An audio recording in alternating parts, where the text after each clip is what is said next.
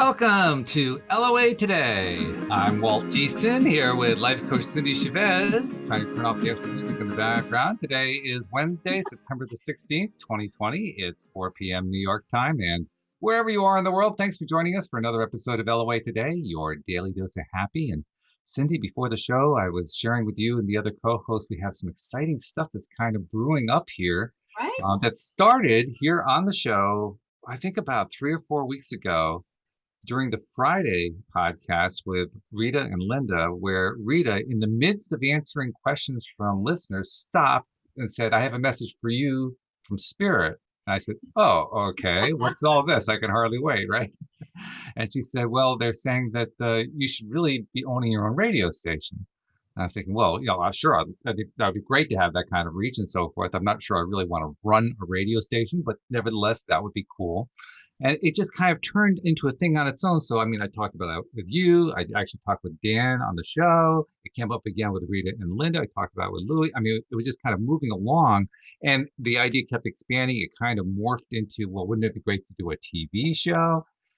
All of which has culminated in a conversation that I had by phone today with the director of the Hartford, Connecticut Public Access Television Channel, saying he wants to see an example of our show with the possibility of putting us on the air in the greater Hartford area. And I'm thinking, are you kidding me? I mean, That's how this, it happens. this LOA stuff is just freaking awesome. That's all I can say. You know what comes to mind when you talk about this for me is that something that we've mentioned over and over, and that is that I see it this way anyway, that's how the universe always works through other people. Yes. And so we had that story that was part of the book we put together about Anne Marie's wanting a piano for the center that they had. Right. A nice piano. Yes. And the Steinway. And just kept talking it up to everyone. Yep. And it sounded like the craziest idea. Like, if you know how much a new Steinway piano costs, really just expensive. to say, oh, I'd like to, but someone actually gave them one. And the thing I always take away from that story is that she wasn't just sitting at home, like hoping and wishing in her mind, or even visualizing and imagining in her mind, but she was talking to people and mentioning it to everyone, like saying, this is what I'd love to have. This is what we need. And that's the one thing that a lot of times people don't do. I mean, I'm talking about conscious creators and people in manifesting circles, is they'll do a lot of visualizing and vision boards and meditating and imagining, but they don't go that extra step and just start saying to people, this is what I'm looking for, this is what I want, and really talking it up to everyone. But that's how it usually comes about, is that someone else gives it to you, or opens a door to another opportunity, or talks you up to someone else. And how does that happen if you're not out talking about it? And I had this conversation with someone today, that the way I met my husband, I had been single for a while. I was really feeling healed up from the brokenheartedness of a painful divorce, and I was ready to have a relationship. And I was at home, and I decided to look at an astrology app that I used from the astrologer Susan Miller, who's been around for about 30 years. And I think she's fantastic. And I opened it up, and basically the little tiny message for that day said, I don't know where you're going to find your soulmate, but I do know it's not going to be sitting in your living room eating dinner by yourself. And I remember thinking, okay.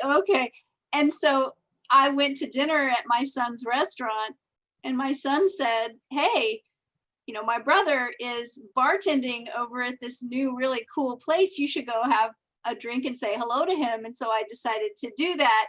And there was a private party going on for the green industry there. And there were all these people on bicycles coming in, because the deal was, not to drive cars, but to ride bikes and to recycle. And there were all these booths set up for recycling stuff. And in comes this cyclist, and it was my future husband.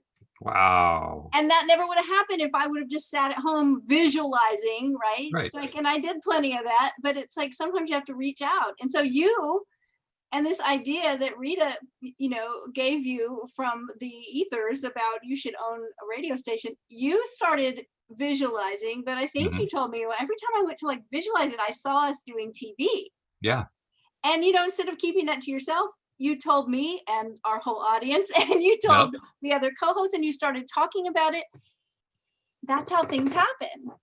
In fact, Yeah. that's ultimately what led me to even remember that public access TV exists. It's often called community TV, depending on where you are in the United States. I think roughly 4/5 of the country have various forms of public access television. And I've known about it for decades, but I forgot about it.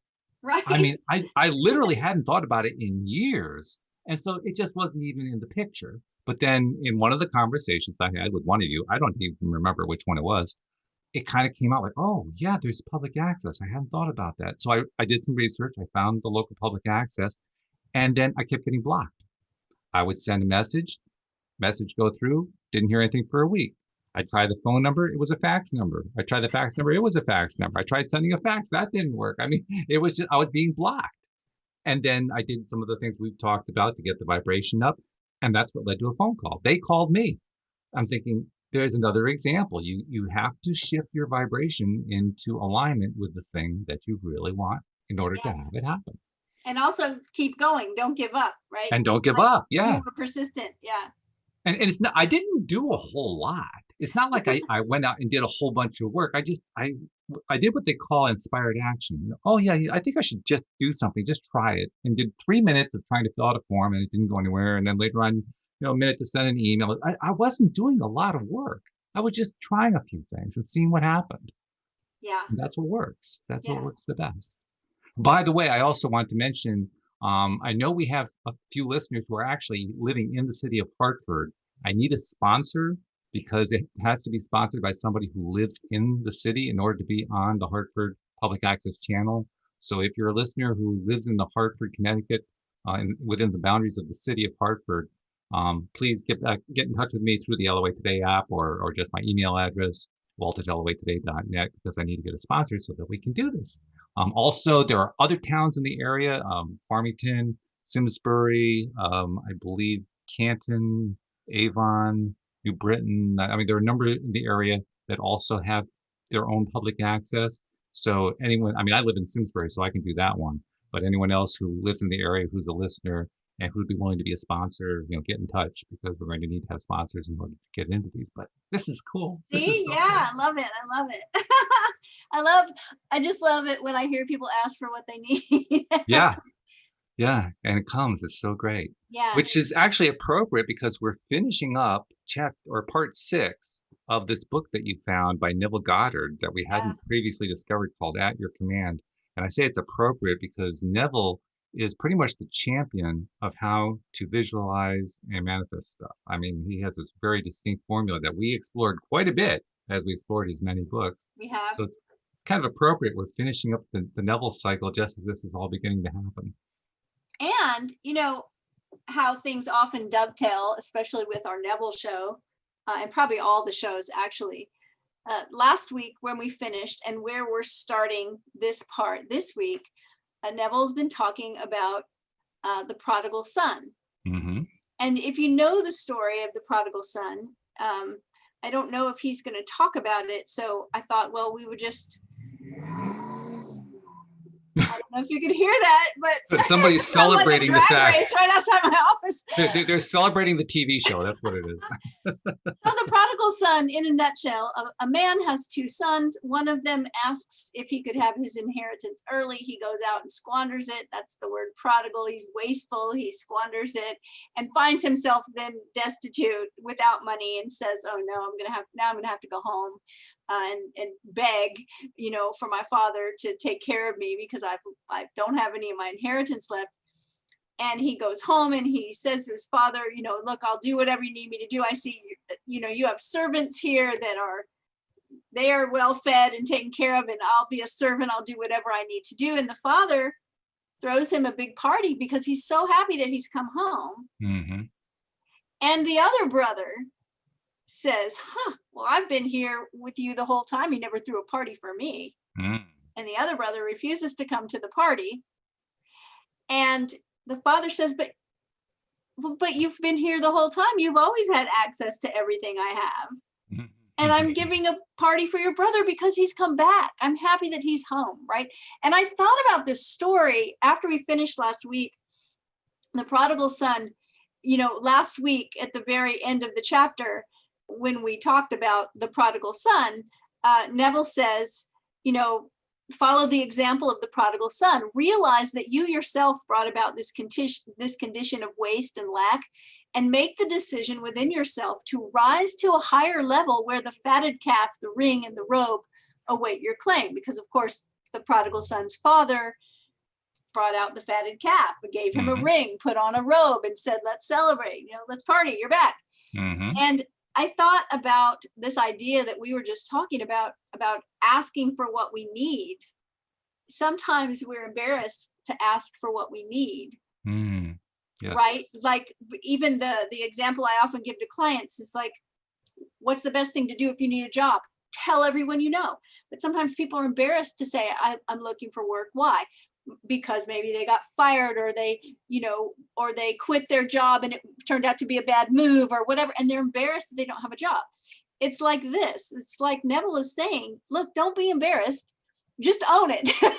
Right? Just own whatever happened in the past and move on into that place, that higher level, he says, where you can have the things you desire. So true. So yeah. Neville says there's no condemnation of the prodigal when he had the courage to claim this inheritance as his own. Others will condemn us only as long as we continue in that for which we condemn ourselves.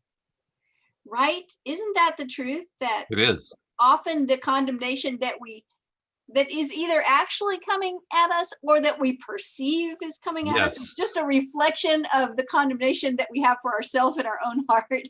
Mm-hmm. We are our own worst enemies at times. We are the most critical people of ourselves. It's crazy how much. Yeah. So he says, he quotes, happy is the man that condemneth himself not in that which he alloweth. For to life nothing is condemned. All is expressed. Neville says, life does not care whether you call yourself rich or poor, strong or weak. It will eternally reward you with that which you claim as true of yourself. The measurements of right and wrong belong to man alone. To life, there is nothing right or wrong. As Paul stated in his letter to the Romans, I know and am persuaded by the Lord Jesus that there is nothing unclean of itself, but to him that esteemeth anything to be unclean, to him it is unclean. Stop asking yourself whether you are worthy or unworthy to receive that which you desire. You, as man, did not create the desire. Your desires are ever fashioned within you because of what you now claim yourself to be. When a man is hungry, without thinking, he automatically desires food.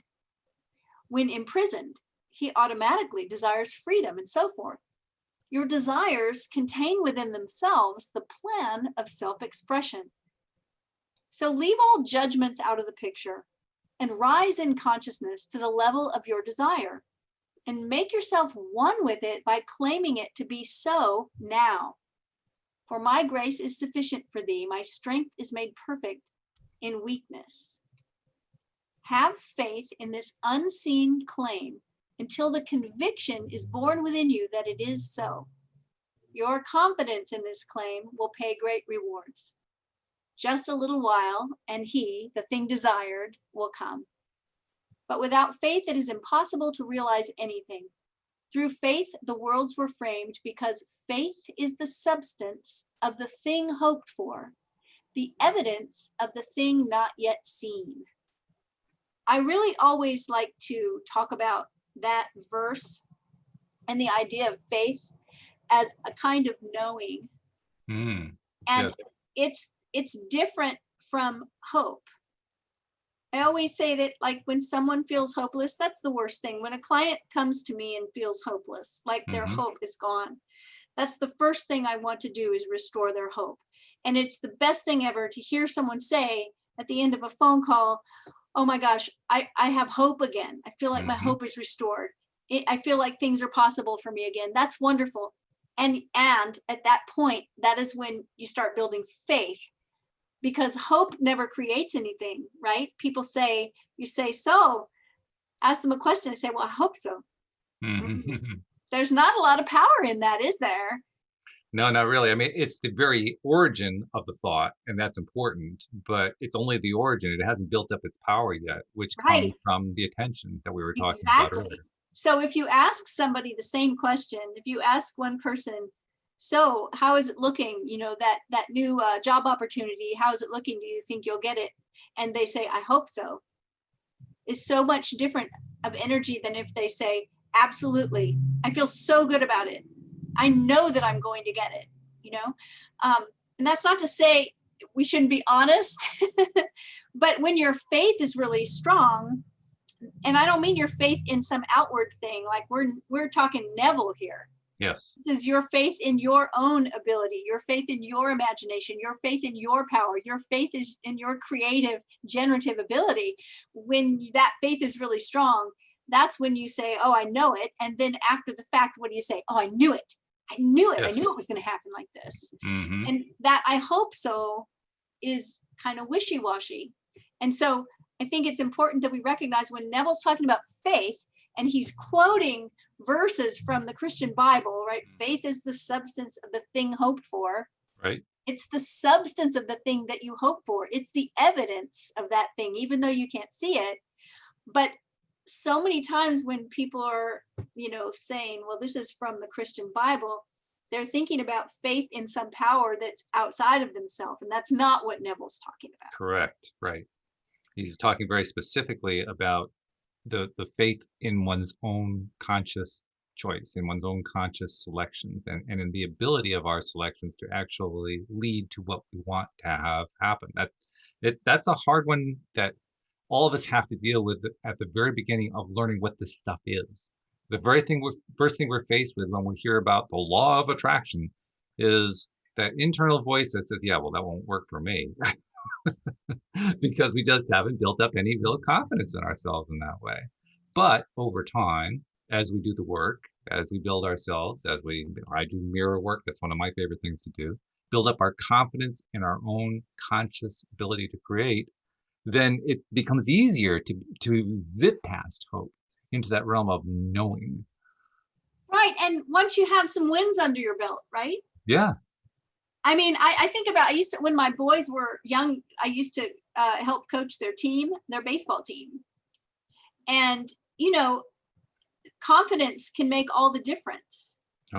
And it's like when you hear about a team having a winning streak, I think some of that streakness happens because you're building momentum and you're so confident. And it's like everything's going well. And so, I remember one time it was back, I guess in the early 90s, the pro baseball teams, like all the pro baseball players started like bleaching their hair blonde, like platinum. Oh yeah, blonde. I remember that. It was like a thing. Yeah. Remember that? Right. Well, our little team, they were like fifth graders, fourth graders. Right. And we took them to a game, all the parents arriving with the kids in their cars. And we were playing a team we've never played. And here comes a bus. This team showed up in a bus, right? And it was a beautiful bus. They all got off the bus and they all had their hair bleached blonde. They had cool uniforms on, and our little guys were just like, oh, you could just see the confidence just drifting away. Right. Yep. And so, I think that part of it is that momentum. Once you get some wins under your belt, you do some mirror work, you notice that you're feeling better. And then a couple things that you are desiring and really picturing start to happen, and that builds momentum over time. So I like what Neville says next is he says, don't be anxious or concerned as to results. They will follow just as surely as day follows night. Look upon your desires, all of them. Now listen to this. Look upon your desires, all of them, as the spoken words of God. And every word or desire a promise. Is it time for the Neville decoder ring? Well, I'm just thinking two phrases here. If just to use these phrases kind of floating out in no context, if you heard words of God or spoken words of God or a promise of God, those things, even if you were not a religious person, even if you didn't adhere to any faith, they still are very weighty, right? Oh, yeah. The word of God, the promise of God, right? Those things are like, oh, okay. That's you almost need to have like an echo chamber saying the word of God. Right. We need one of those famous deep voices. So for Neville to say, to look upon your desires that way, and he says all of them. The reason most of us fail to realize our desires is because we are constantly conditioning them. Do not condition your desire. Just accept it as it comes to you. Give thanks for it to the point that you are grateful for having already received it, and then go about your way in peace. By the way, I want to insert something. I'd mentioned the Neville decoder ring and I didn't follow up on it. And the reason I was mentioning that is to remind everybody that when Neville uses the word God, he means your consciousness. So just clarifying what that point is. Right. And we, it's one of the things when we were doing the early Neville books a year or two ago, we were always stopping every half of a sentence. We would stop and have to explain, because Neville is not looking at these words the way most of us would think they would be looked at in church, right, or in a Bible study, or whatever, Sunday school, whatever other experience you might have with the Christian Bible, the Jewish Bible, even some other holy texts, sacred texts that Neville uses. He's always looking at them in a very different way. And there are a few things that are key, and that's one of them. That when he talks about God, when he talks about Lord, when he talks about the Father, when he talks about Jesus, he is always meaning that as a metaphor for your imagination, for your consciousness, for your own creative ability. And so when he's talking about conditioning their desires, and that we shouldn't do that. Such acceptance of your desire is like dropping seed, fertile seed, into prepared soil. For when you can drop the thing desired in consciousness, confident that it shall appear, you have done all that is expected to you. But to be worried or concerned about how your desire maturing is to hold these fertile seeds in a mental grasp, and therefore never to have dropped them in the soil of confidence. That's a really great paragraph. Well, I want to add on to that is exactly what I did not do with the TV idea. I did not for 1 second even imagine that I could determine how it was going to happen. I didn't have the faintest clue how it could happen. And I let it be that way, and I was perfectly okay with that. So I didn't give any attention to, oh my God, how is this going to work? I gave no attention to that at all. I love the visual that he has here. He says a mental, you're holding those fertile seeds. They're fertile. They are ready to grow. This thing is ready to happen if you will just drop it into the soil of consciousness. Right. But when you start figuring out how, he says you're holding them in a mental grasp. So I have this picture of you're holding these seeds in your hand and the soil is right there, but you haven't dropped them in. Yeah. They are not going to grow unless you drop them in. It doesn't matter how clearly you see the vision. That's a great metaphor. Yeah. That's if you haven't dropped them in. Yeah. And so he says the reason men condition their desires is because they constantly judge after the appearance of being and see the things as real, forgetting that the only reality is the consciousness back of them. To see things as real is to deny that all things are possible to God. Now, once again, when Neville says God, he's talking about our imagination. Right. The man who is imprisoned and sees his four walls as real is automatically denying the urge or promise of God within him of freedom. A question often asked when this statement is made is, if one's desire is a gift of God, how can you say that if one desires to kill a man, that such a desire is good and therefore God sent? In answer to this, let me say that no man desires to kill another. What he does desire is to be freed from such a one. But because he does not believe that the desire to be free from such a one contains within itself the powers of freedom, he conditions that desire and sees the only way to express such freedom is to destroy the man, forgetting that the life wrapped within the desire has ways that he as a man knows not of. Its ways are past finding out. Thus man distorts the gifts of God through his lack of faith. You know, that's a really cool metaphor, because people often will ask a question that contains a very extreme example, right? Yes. And I always think about, I'm trying to think of who it was. I want to say it was Marshall Rosenberg, but I could be wrong.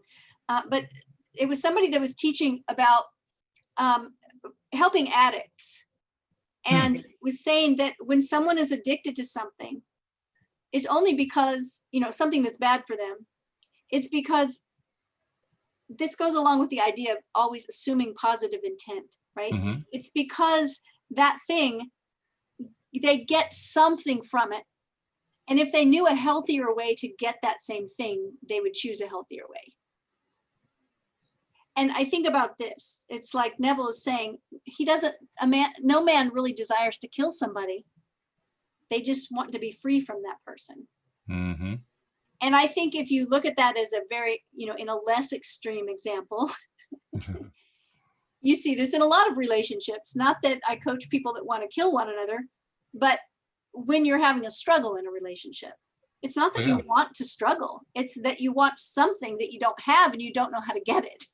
And it can even be just an encounter. I mean, I told you a story before the podcast that was tied to the TV story about this guy who reached out to me.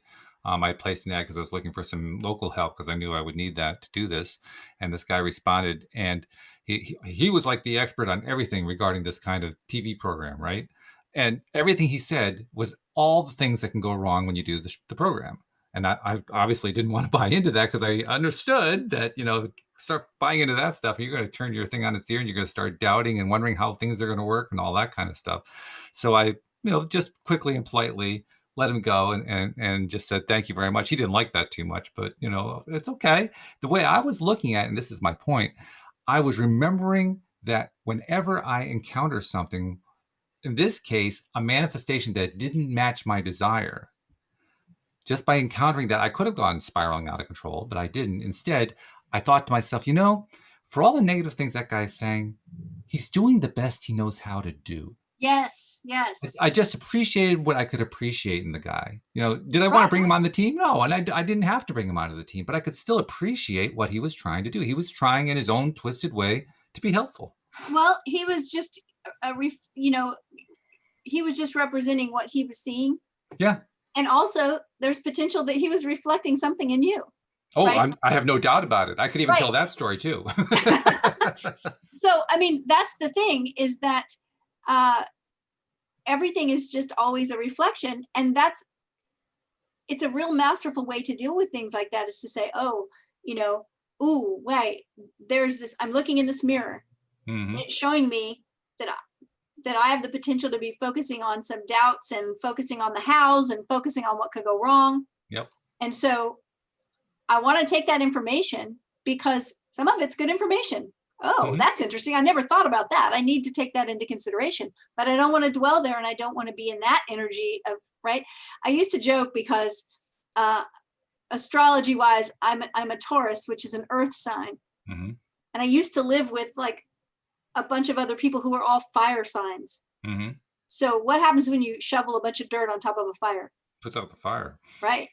So I used to joke, because they would come in, they would be the ones that come in and have this big idea and be all excited, fired up, right? Fired up about some big idea. And I would be the one that said, yeah, but what if this happens? You throw the dirt on it. Have you thought about this? And as a parent, sometimes you have to do that, right? You have to realize they haven't thought this through, and this might not be a good idea to be fired up about.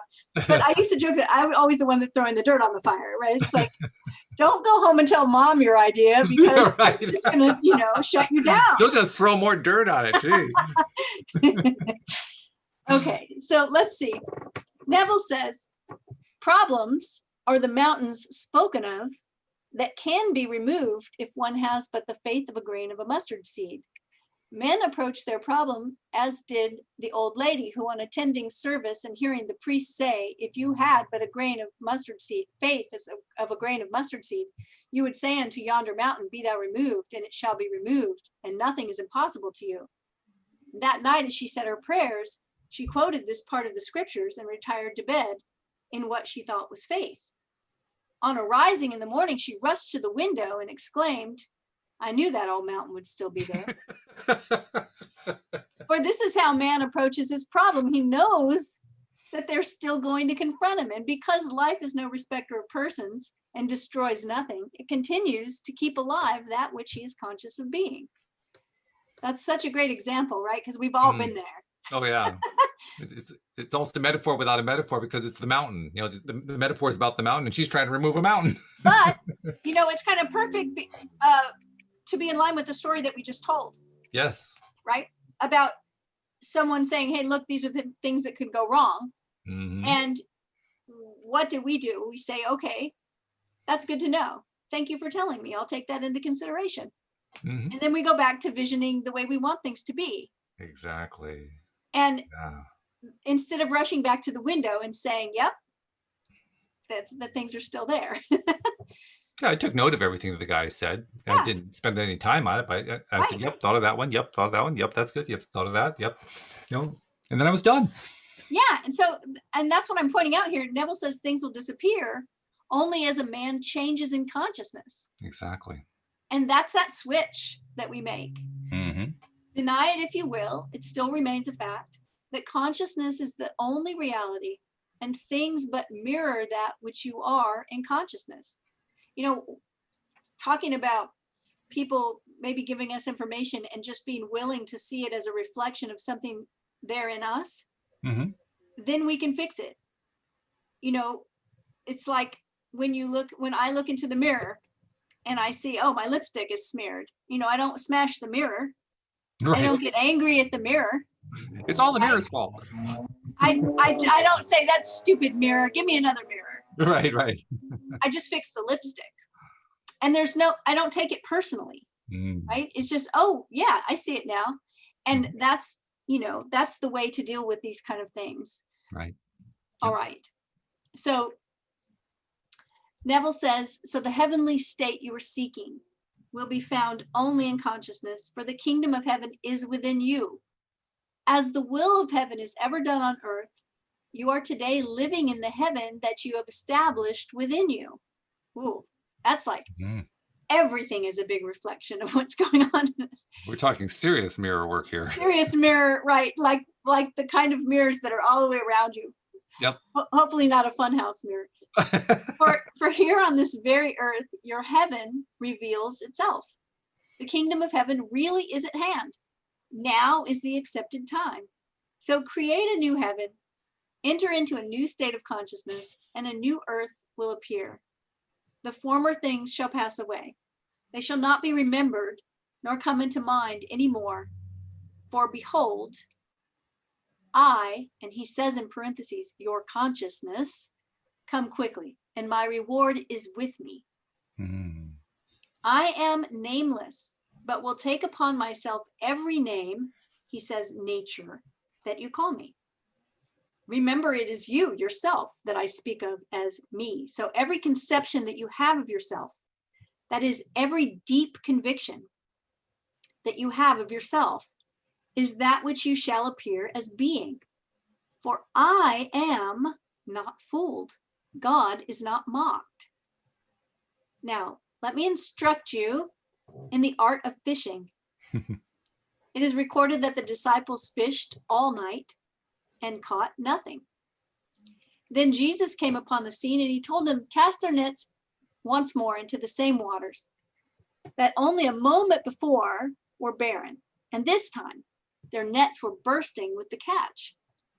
This story is taking place in the world today, right within you, the reader, or for our case, the hearer. Yes. For you have within you all the elements necessary to go fishing.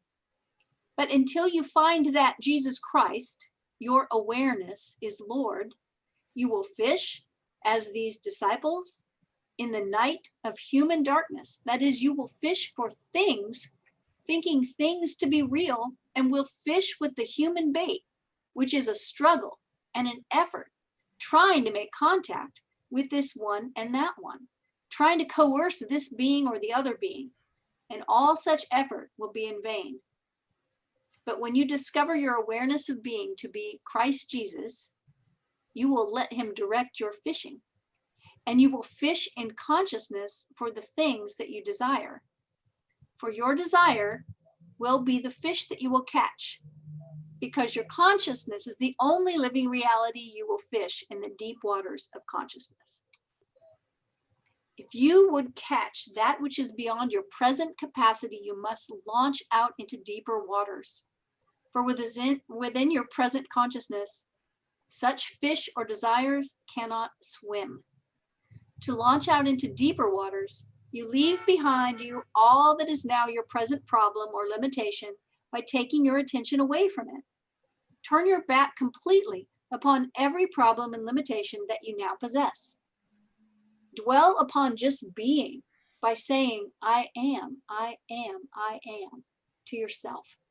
Continue to declare to yourself that you just are. Do not condition this declaration. Just continue to feel yourself to be, and without warning, you will find yourself slipping the anchor that tied you to the shallow of your problems and moving out into the deep. This is usually accompanied with the feeling of expansion. You will feel yourself expand as though you were actually growing. Don't be afraid, for courage is necessary. You are not going to die to anything by your former limitations, but they are going to die as you move away from them, for they live only in your consciousness. In this deep or expanded consciousness, you will find yourself to be a power that you had never dreamt before. The things desired before you, shoved off from the shores of limitation, are the fish you're going to catch in the deep. Because you've lost all consciousness of your problems and barriers, it is now the easiest thing in the world to feel yourself to be one with the things desired.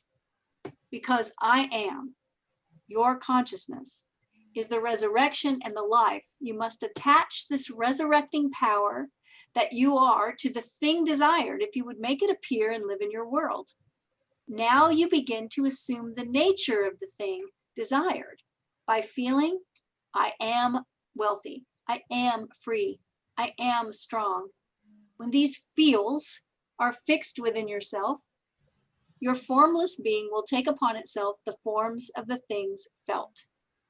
You become crucified, that's in quotes, crucified upon the feelings of wealth, freedom, and strength. Remain buried in the stillness of these convictions. Then, as a thief in the night, and when you least expect it, these qualities will be resurrected in your world as living realities. So I want to stop there for a second and talk about this turn of phrase that he uses about that your formless being takes upon itself the forms of the things felt. And then he says, you become crucified upon the feelings of wealth, freedom, and strength. And what I hear there is actually that part of you that didn't believe, the part of you that keeps seeing the problems, the part of you that's unwilling to recognize your power is the thing that becomes crucified. In other words, because the other things become so real, even when it's just a feeling.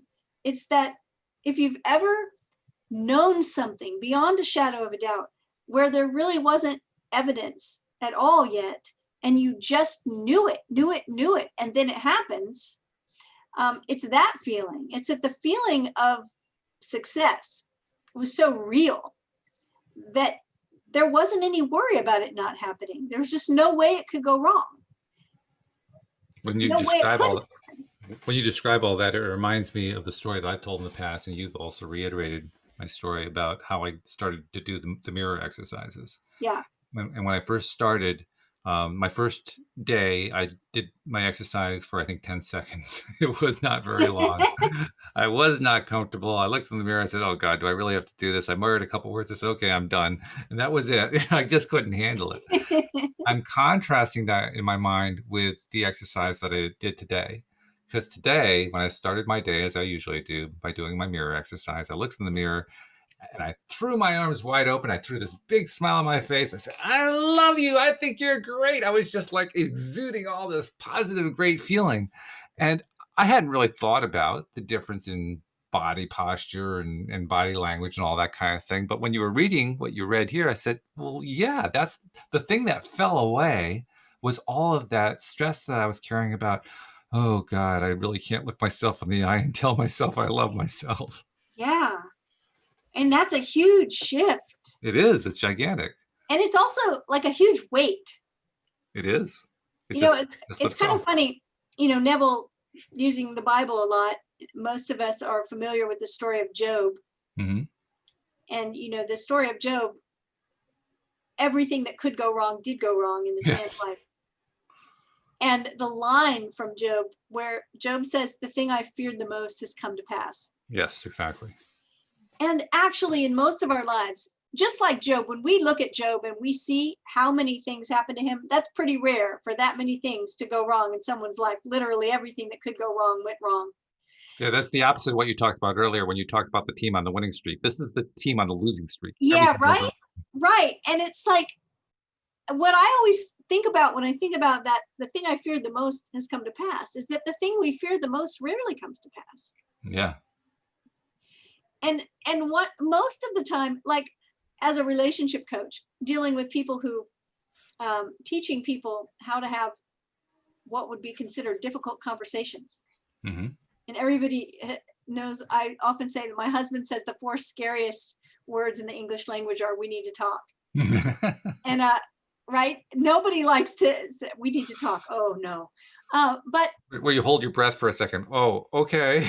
Right. But how many people have I coached through conversations that come back to me and say, oh my gosh, it was so great. I was so worried about this conversation. It turned out it was a little awkward at first, but it turned out to be so good. And, everything worked out. And so it's that thing that sometimes people fear a difficult conversation for weeks, months, or years. Mm-hmm. For years, they don't have the conversation that could fix everything. Because why? Because they're fearing it. And yet it's always like not that bad.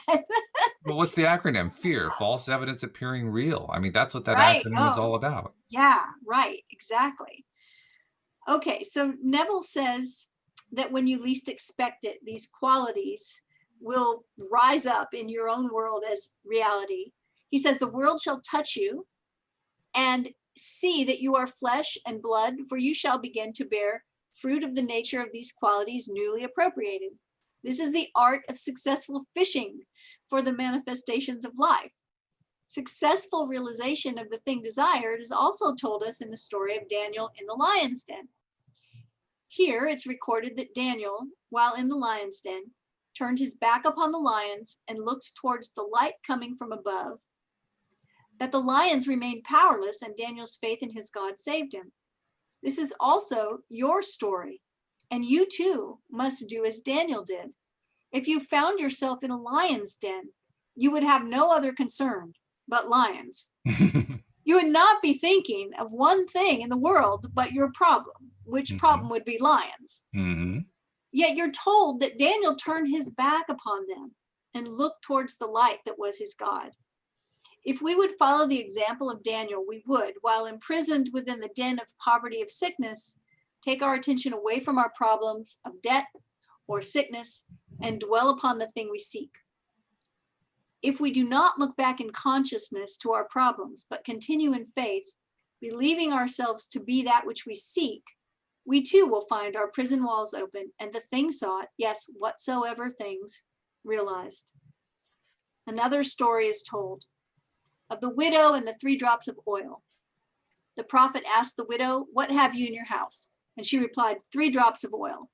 He then said to her, go borrow vessels. Close the door after you return into your house and begin to pour.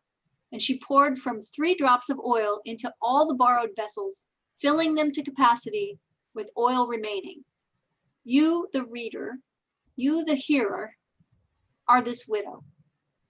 You have not a husband to impregnate you or make you fruitful, for a widow is a barren state. Your awareness is now the Lord or the prophet that has become your husband. Follow the example of the widow, who instead of recognizing an emptiness or a nothingness, recognized the something, 3 drops of oil.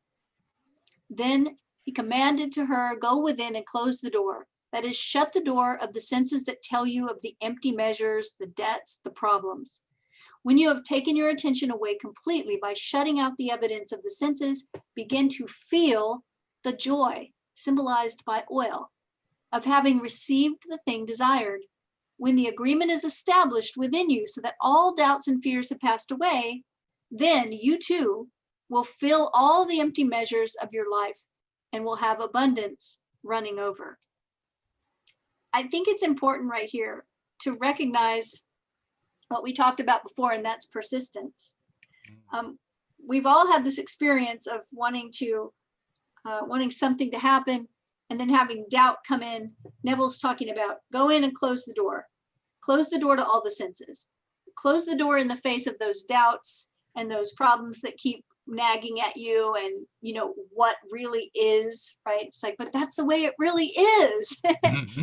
He says, close the door to all of that and feel the joy that's symbolized by these 3 drops of oil. And I want to mention that 3 drops of oil is not very much. Not really, no.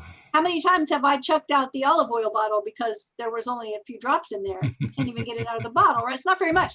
He's saying symbolizes joy. So the point I want to make is that you can do this. You can dig deep and find those 3 drops of joy and focus on them.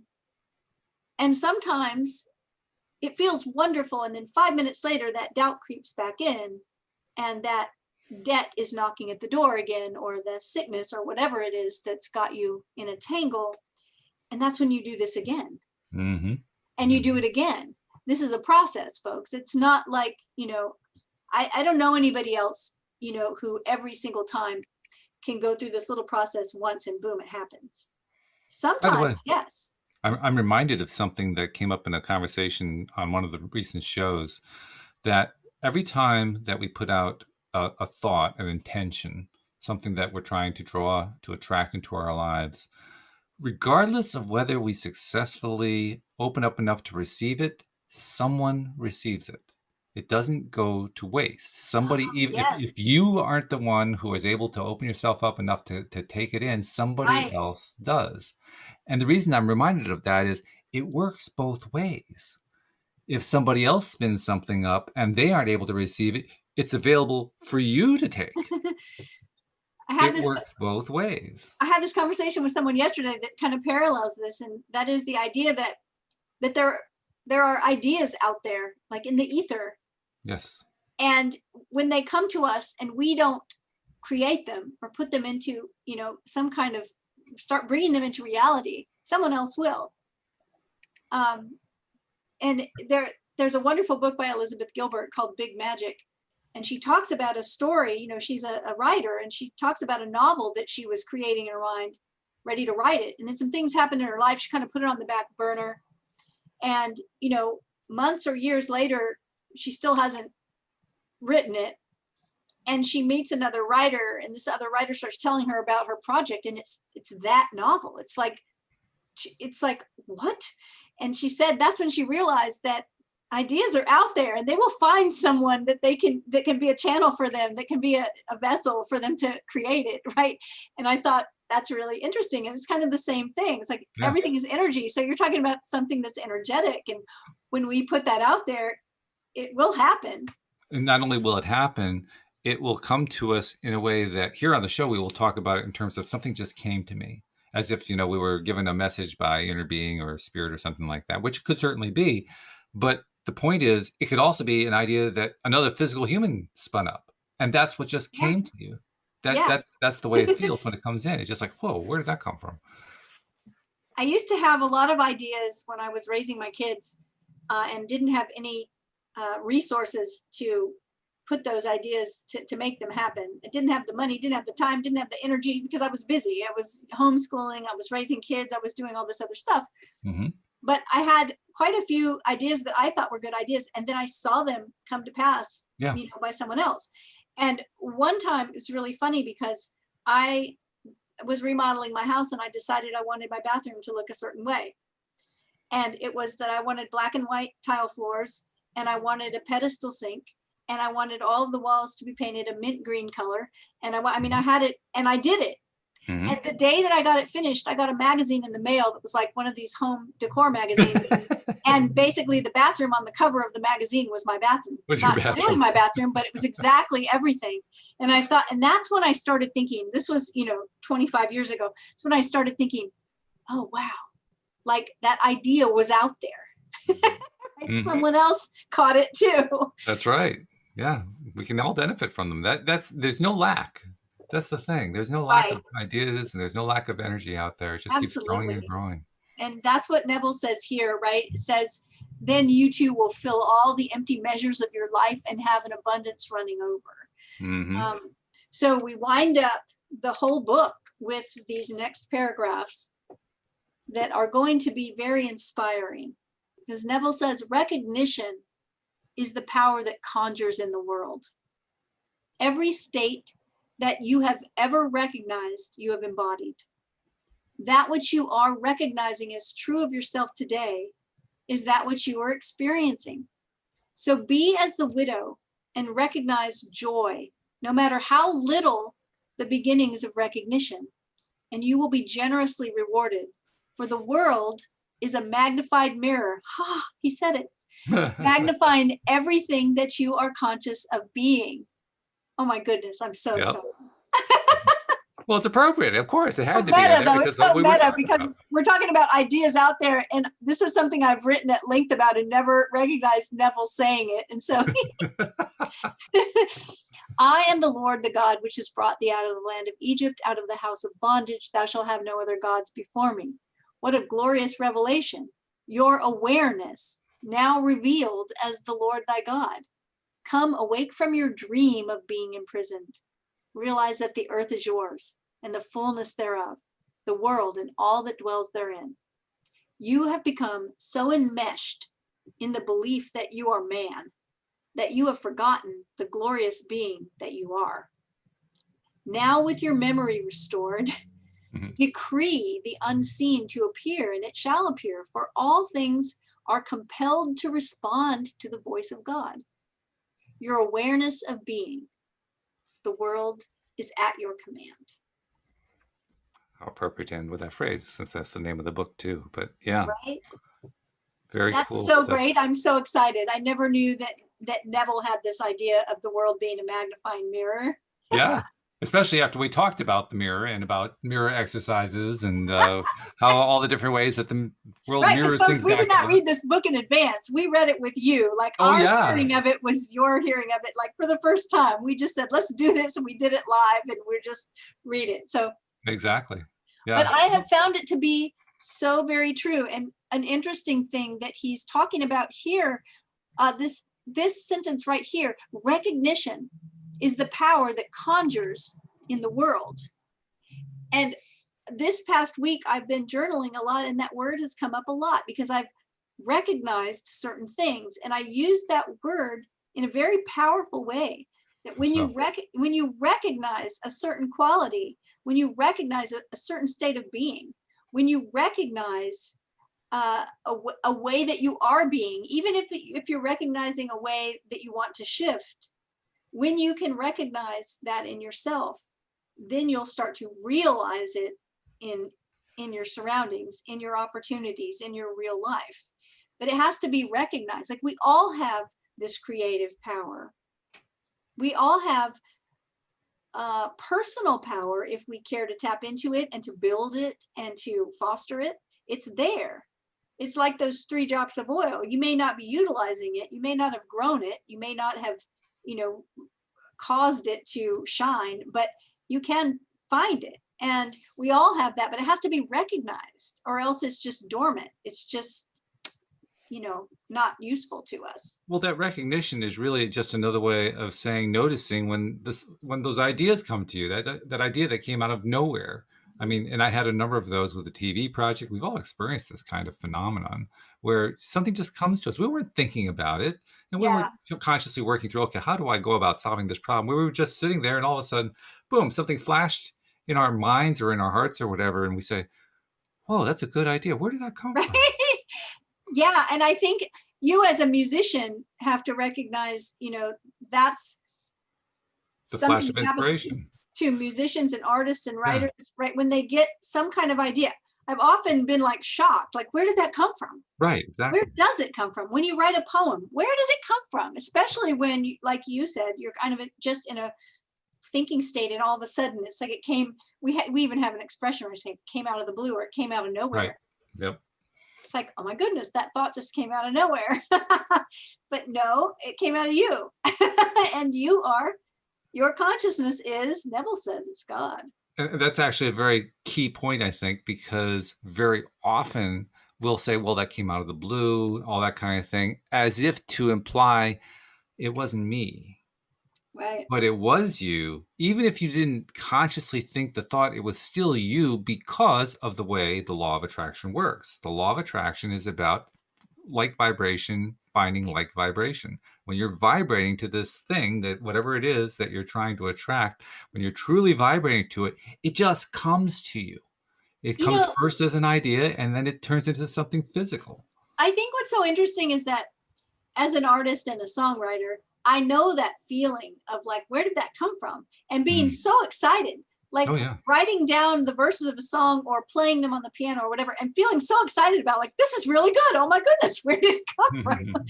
But, we look at other people, and what do we say? We say, oh, he's just a genius songwriter. Yes. Yes. Or she's an amazing artist. And we give them all the credit, but we have a hard time giving ourselves the credit. And I think part of that, part of that may be just not having confidence or self-esteem in ourselves.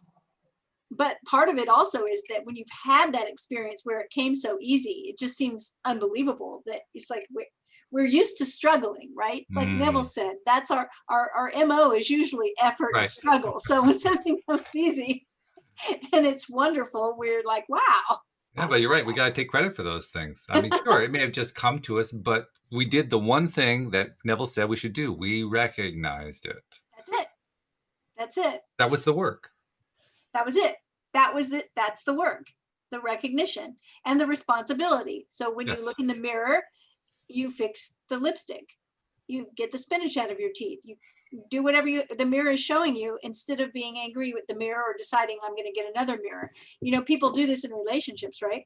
Not saying you should ever stay in a relationship that's abusive, but sometimes people get in and out of relationships like every other day, right? Because it's not working, and they just go next, because they refuse to look in the mirror.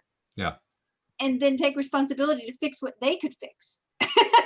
Not recognizing that it actually takes a whole lot more work to replace the mirror than it is to recognize what the mirror is telling you. Yeah. So it's not always easy. Nobody likes to look in a mirror and see something shocking. Well, I sure didn't want to the first time I did my mirror exercise. I shied away as quickly as possible. I remember that. But, you stayed the course and have had such wonderful results. Oh, it has paid dividends galore. And I'm sure they've only just started. I think it's only going to get better from now on. So anyway, before we part for the day, I want to remind people, make sure if you have not downloaded the LOA Today app that you do so. And if you have downloaded it, especially if you've been enjoying it, make sure you share with others, tell other people about it. I'm so glad we have all of those little gifts in there, including the gift that Cindie gave us, the Lovely Magician's Guide to Soulmate Success, which we will be discussing. We're coming up with that next week. So that's going to be a lot of fun. But that's the whole point, is it includes this stuff, so that gives you stuff that you can tell people about when you're saying, hey, take a look at this app. This has got really cool stuff in it. And I'll tell you, Cindie, I'm looking forward to the day, and I don't know exactly when it's going to start happening, when we are actually including our program on television to a whole new audience and giving them the opportunity to get all these free gifts that are on the LOA Today app. I mean, it's going to be cool. I'm looking forward to it too. It's going to be fabulous. So thank you so much. Thank you, live streamers. Live streamers, Josie and Jeffrey were really sharing a lot of cool stuff. I couldn't really get into the conversation. I'll mention that Josie mentioned an interesting book called You Can Have What You Want If You Find It Within Yourself by Robert Russell. And so I want to include that. Oh, it's like right what we were talking about. Awesome. Yep. Yeah. So thank you for that. Thank you especially to our podcast listeners as well, because you've made this whole thing really work. You make it rock. You rock. Every one of you. Thank you so much. We'll see you all next time here on LOA Today. Goodbye, everybody. Bye, everyone.